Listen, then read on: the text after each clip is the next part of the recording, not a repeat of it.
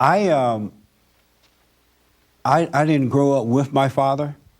As I said before, my mother got pregnant when she was about 16 or 17, and when she told my father about it, he denied that he had impregnated her, and so she became angry at him, and she ended up marrying my stepfather before I was born because it was an embarrassment to have children out of wedlock.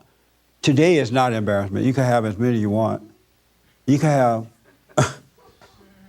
you can have as many as you want and have a baby shower and everybody folks over and where's the man? Oh, that old thing out there making a baby with somebody else.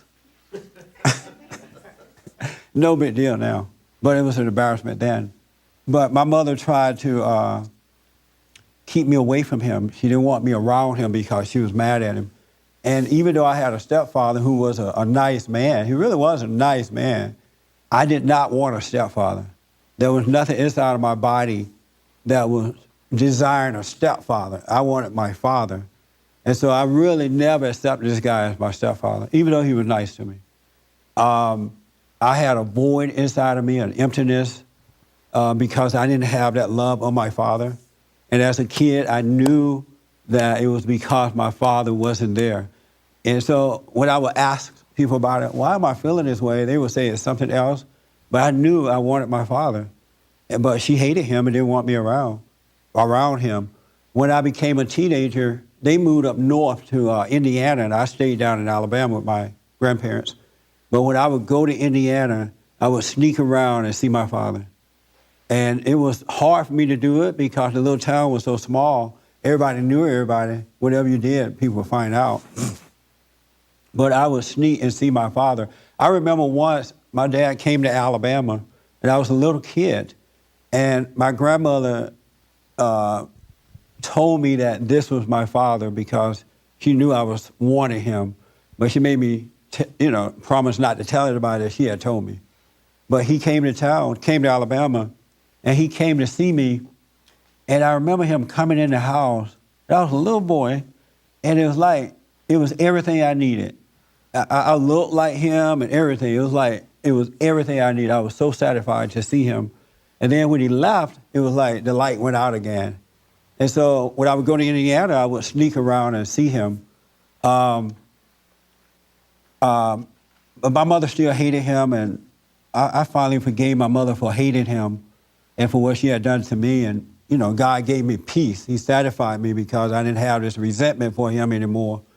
But my mother hated my father, and I would tell her, you need to stop hating him because you don't want to die with all this hatred in your heart of my dad. And she let years go by and hated my father.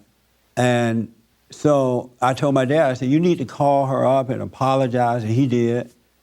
But she still would not forgive. And finally, my mother forgave my father.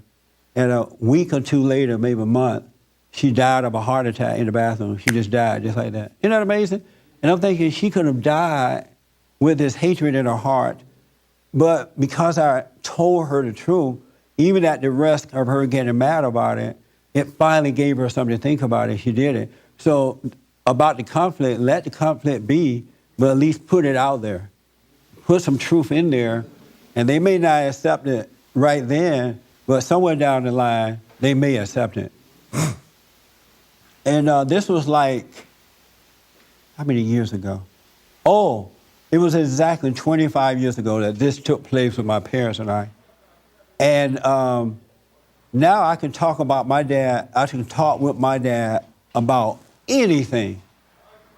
And it's nice to talk to him about anything because I see now he has a lot of unresolved issues in his life, and I'm able to help him deal with those issues in his own life. When I go back there now to visit, he's married to another woman.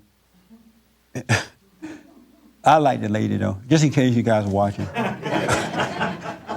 I really do like her. Did you and your stepdad ever get it together? Yeah, my stepdad tried to be, my stepdad really tried to be nice to me. Mm-hmm. Two things happened that he did to me that will stay with me, I guess, forever. I have 6 sisters and 5 brothers. And my older sister and I had a fight one day when they were living in Alabama. And we had this fight, and she started the fight, right? And my older sister is his daughter.